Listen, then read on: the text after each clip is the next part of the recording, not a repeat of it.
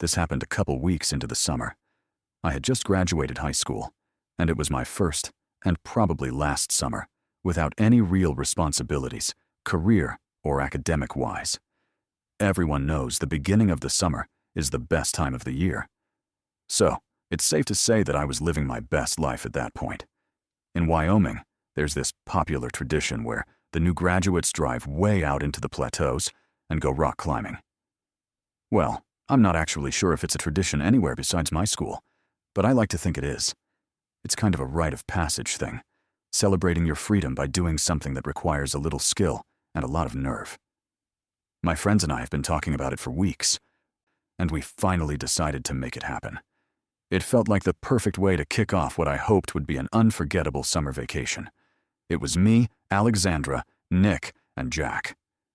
We've all been friends since middle school, and Alex was the only one with a car reliable enough to make the drive, a Jeep that she was obsessed with and jumped at any excuse to take off-road. She was also the designated driver since she doesn't drink, which worked out perfectly for the rest of us, who were planning to bring a few beers to celebrate once we reached the top of whatever plateau we decided to climb. Our plan was to check out the Flaming Gorge lookout first, then drive through the plateau area to find a good spot for climbing. The lookout was incredible, one of those views that makes you remember why you love living in Wyoming. After spending about an hour taking pictures and just soaking it in, we started heading back toward Route 80, taking our time and keeping an eye out for potential climbing spots. We were driving along Highway 141 when we spotted this really cool area off the side of the road. There were these massive rock formations that looked perfect for climbing. Not too technical, but challenging enough to be worth the effort. Alex pulled into a small gravel lot, and we grabbed our gear and filled our backpacks with drinks. The plateau we chose was maybe a 15-minute climb to the top. Nothing too crazy, just a steady scramble up the rock face with enough handholds and foothold holds to make it manageable. I have a bunch of pictures from that day, mostly because Alex insisted we get 1,000,000 pictures of her, so I'll include some of them. Alex went first since she was the most experienced climber among us, followed by me, then Nick, then Jack bringing up the rear. The view from the top was absolutely worth it. You could see for miles in every direction, just endless stretches of Wyoming wilderness. We cracked open our beers and were just sitting there enjoying the moment, talking about some of our other friends from school. I was just kind of staring into space, admiring the scenery, when I noticed a car speeding down the highway. It was a red pickup truck. To my surprise, after passing Alex's car, it screeched to a halt in the middle of the highway. I kept watching, and it actually started reversing right there in the middle of the highway. I pointed it out to my friends, and the four of us got a little quieter, all wondering what the truck was doing. It reversed until it could turn into the lot we had parked in, which it did. We all watched as someone got out of the truck. From our distance, we could tell it was a man based on his height and build, but we couldn't make out much detail. At first, we thought maybe he was just another person looking for a place to climb or hike, or just stop and rest. But then he started walking around Alex's Jeep in a way that just immediately seemed wrong. He was peering into the windows, trying the door handles, and generally inspecting the car like he was planning to break into it. That's when Nick yelled, "Hey," from the top of the plateau to announce our presence and let that guy know that the car was not unattended. We saw the guy jump a little and start looking around, clearly unsure where the voice had come from. Finally, he spotted us from atop the plateau, and he actually waved at us. That made us think it was over, that he'd probably get back in his truck, knowing that he couldn't get away with doing anything. To our surprise, though, he kept poking around Alex's car. In response to that, Jack yelled that we were armed, which I still think was a bad idea. We obviously didn't have any weapons with us, but I figured Jack thought the bluff might scare the guy off. Instead, the man looked up at us and yelled back something that made me freeze up. He said, "Me too, kiddo." Then he held something up in the air and waved it around, presumably a gun, but I couldn't tell from so far away. What happened next was like something out of a nightmare. The man started ramming his shoulder and elbow into the Jeep's windows, clearly trying to break in. We could hear the impact even from where we were sitting. Alex was furious and started screaming at him to get away from the car. The rest of us joined in, yelling and making as much noise as possible, while we started scrambling down the plateau as quickly as we could safely manage. I've never climbed down anything so fast in my life. By the time we heard the sound of glass shattering, we've made it to the ground, and we're sprinting across the lot toward the Jeep. The man saw us coming and yelled for us to stop, pointing what I can now tell was definitely a gun directly at us. We had no choice but to stop and put our hands up. The man told us to throw our phones and wallets on the grounds, which we did without hesitation. Then he ordered us to walk backward while he collected our stuff, keeping the gun trained on us the entire time. I was close enough now to get a good look at his face. He was an older white guy, maybe in his 50s, with a scraggly beard and kind of weathered features. Nothing particularly distinctive, which was frustrating because I knew it would be impossible to identify him among a group of generic-looking white men. After collecting all of our belongings, he pulled out a knife and punctured one of Alex's tires.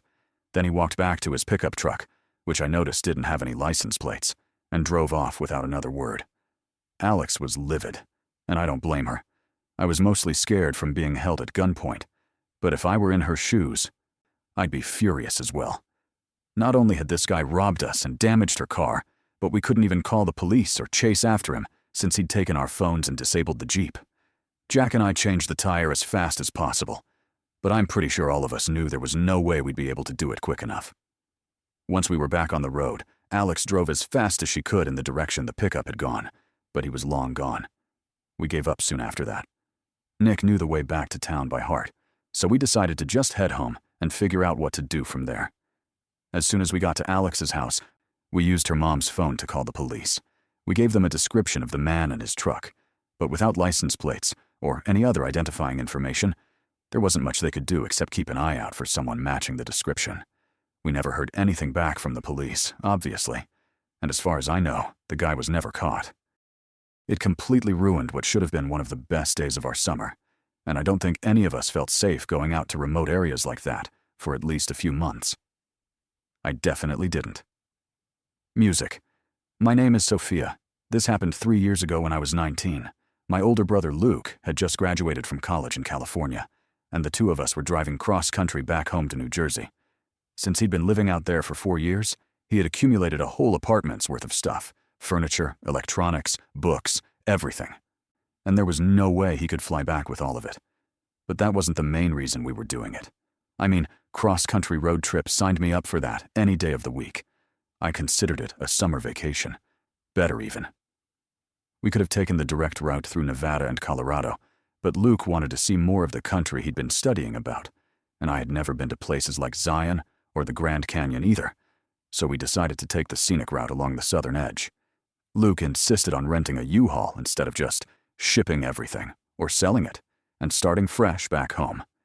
Honestly, I think he was also trying to save money wherever he could, like a typical fresh college graduate. The U-Haul wasn't huge, but it was big enough that I felt like we were driving a small moving truck across the country.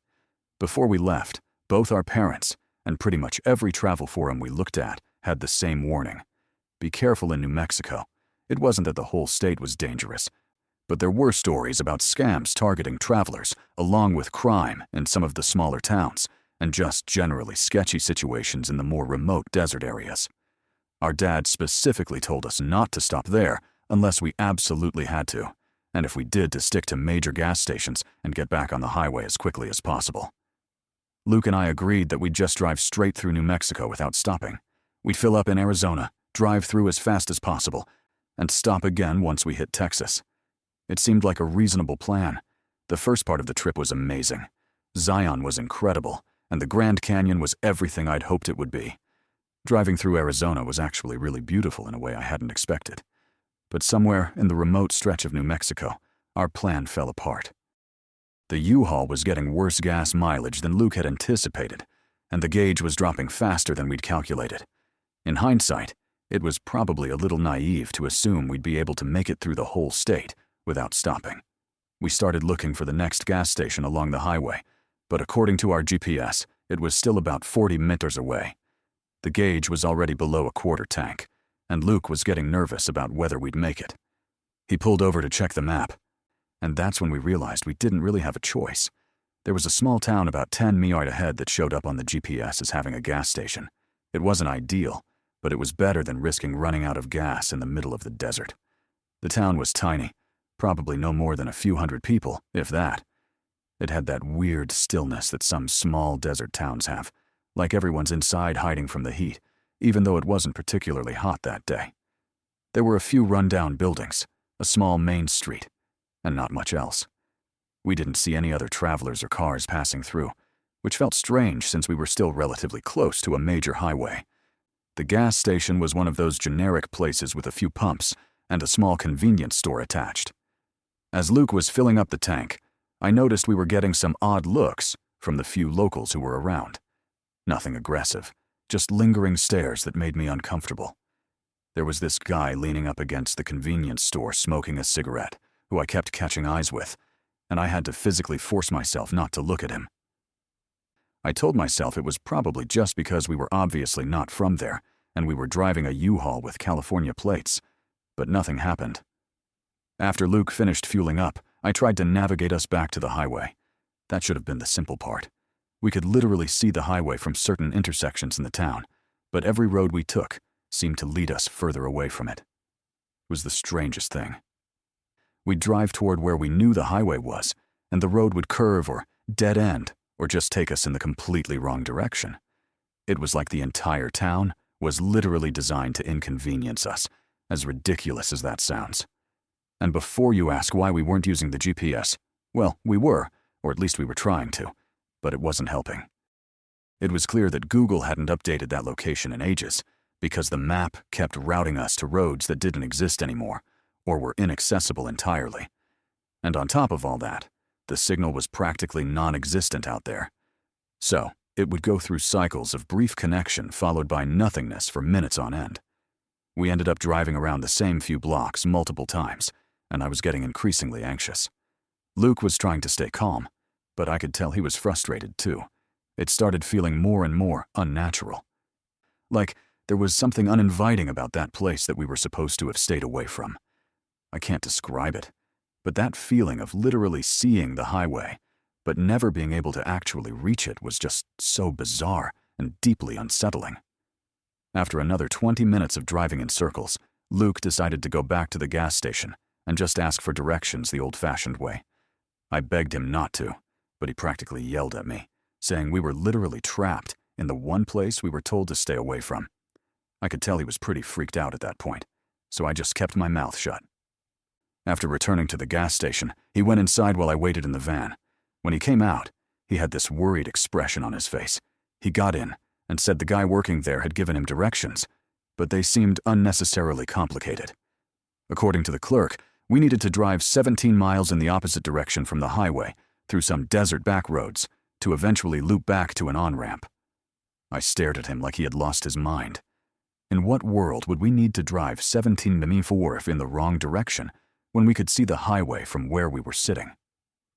I asked Luke what the guy was like, and he said he seemed friendly enough, but there was something off about how confident he was about the directions. Like he was trying really hard to convince Luke that this roundabout route was the only way. Luke also mentioned that the clerk had been asking a lot of questions about where we were going and how long we would be traveling. Before I could even say it, Luke was like, "I don't trust it whatsoever. We need to get the hell out of here." He just started driving and I didn't object. He eventually pulled over on a quiet side street to figure out what to do next. The GPS still wasn't functioning properly, and I felt myself beginning to hyperventilate. There was a little part of me that couldn't help but think something really terrible was about to happen. And then, as if on cue, a dusty pickup truck pulled up beside us. I felt my heart starting to race, and I looked over at Luke, who, from what I could tell, was already preparing to speed off should it come to that. The truck's window rolled down, and the guy asked Luke if we had broken down or were lost. Luke stared at the guy for a good few seconds before answering, clearly trying to gauge whether we were in danger or not. I sat there in the passenger seat trying to control my breathing. That's how freaked out I was.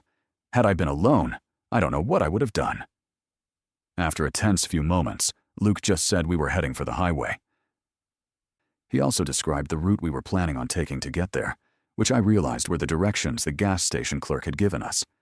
I didn't have the best view of the man from where I was sitting, but based on the tone of his voice, it sounded like he got really serious after hearing my brother speak. He asked us if we were crazy, and said we should definitely not follow those directions. He went on to say that the route my brother had described would take us toward a really desolate area, that was suspected to be a drug-running hotspot. Instead, he gave us alternate directions, then said it was a miracle we hadn't been robbed already, considering how clueless we were and how badly we stuck out. Driving a U-Haul and all. Then, before we could even thank him, he drove off. Neither Luke or I said anything after that. Luke just started driving, following the man's directions. Sure enough, about a mile outside of town, there was this gravel road that was easy to miss if you weren't looking for it. It was the least intuitive, most convoluted highway entrance I'd ever seen. But after following the road for a good while, it did actually get us back onto the highway. And that was that. Luke and I talked a little bit about the whole thing, but I don't think either of us wanted to harp on it too much. We obviously laugh about it now. And our whole family knows the story and asks us to tell it every so often. But at the time, it was the most unsettling thing that's ever happened to us. I'll never forget that indescribable feeling of being there. It was like this mix of dread and anticipation and anxiety blended into one. My brother described it as a kind of breathless limbo, where you're not quite suffocating, but you can feel it coming. I never want to experience that again. Music. This happened 5 years ago, 5 summers ago to be exact. My girlfriend at the time, let's just call her PS, had just graduated from college with me having graduated a year earlier. We aren't together anymore, but there's no bad blood between us, and I don't regret a single bit of our relationship, even though it eventually fell apart. She was mixed, half Croatian and half Brazilian, and the two of us had always talked about going on a European trip together after finishing college. And if there's one thing you should know about PS, it's that if she put her mind to something, she was going to stop at nothing to see it through. Call it the Latin blood. That's always the joke I made. That's just how she was. So, as soon as she graduated, the two of us started planning the summer vacation we had always fantasized about. There was one glaring issue, though. We were both painfully broke, so we'd have to cheap it. The itinerary we ended up settling on was pretty ambitious for 2 people on a shoestring budget. We'd spend a week in Croatia, finishing up with 2 nights in Ria, which was Pas's grandparents' hometown. She had never been there before, but she'd grown up hearing stories about it from her grandmother, and I could tell she was excited to see where her family came from. Because we were trying to save every possible cent, we couldn't afford any of the nice hotels, or even decent host. Instead, we ended up booking the cheapest Airbnbs and travel lodges we could find on short notice. I'm talking about places with 1-star reviews and photos that looked like they were taken with a flip phone, but we didn't care. We were just happy to be going. Zagreb and Dravnik were incredible, even on our tight budget. The cities were packed with tourists, which made it easy to blend in and find cheap food and free activities. But Rijeka was different. It's a port city on the northern coast, and while it's technically on the water, it's not exactly what you'd call a beach destination. More importantly, it definitely wasn't a popular tourist spot. Walking around, PS and I were clearly some of the only foreigners in the entire town. That should have been our first red flag, but honestly, we kind of loved it. PS speaks decent Croatian, not fluent, but enough to get by, and I was picking up bits and pieces as we went. We spent our first day just wandering around talking to locals, soaking up the authentic Croatian experience we couldn't get in the touristy cities. PS is one of those people who can strike up a conversation with anyone, and I'm pretty talkative myself, so we were having a blast just chatting with shopkeepers and random people on the street. Everyone seemed friendly enough, though I did notice we were getting some lingering stares. Not the usual curious looks you'd expect tourists to get. These felt different, like more intense. But PS didn't seem bothered by it. So I figured I was just being paranoid. On our second day, we decided to venture a little further from the city center to find somewhere authentic to eat lunch. PS had heard about this small restaurant area from someone at our Airbnb. Nothing fancy, just a local center that supposedly had amazing seafood restaurants.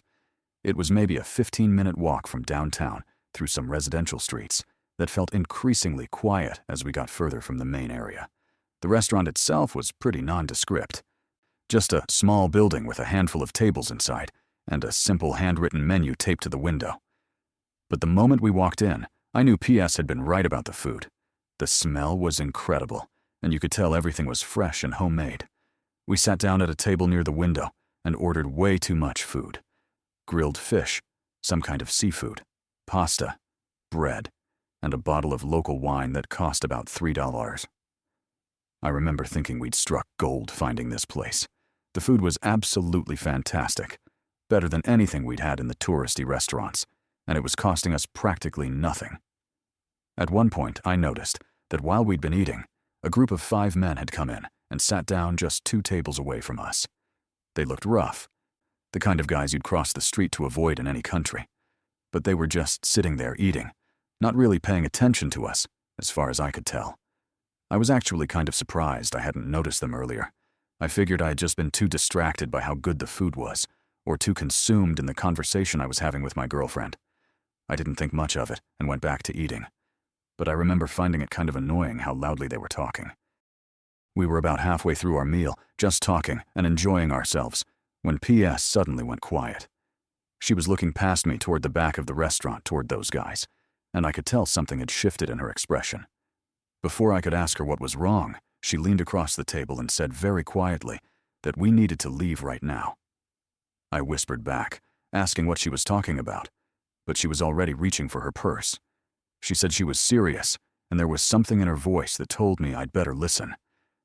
I still didn't understand what was happening, but she's not the type to panic over nothing. She speaks the language. She knew the culture better than I did. If she said we needed to get out of there was probably a good reason. I pulled out a handful of kuna bills and threw them on the table, way more than our meal costs, and I followed her toward the door. The whole time I was expecting her to explain, but she just kept walking faster, practically pulling me along by the arm. It wasn't until we were outside that I finally demanded to know what was going on. She looked back toward the restaurant and said she'd heard those men talking. They were discussing what they were going to do to us, to her specifically. Her voice was shaking a little, which scared me more than anything else. She said she heard them say they'd separate us first, and some guy named Luca would know what to do, whoever that was.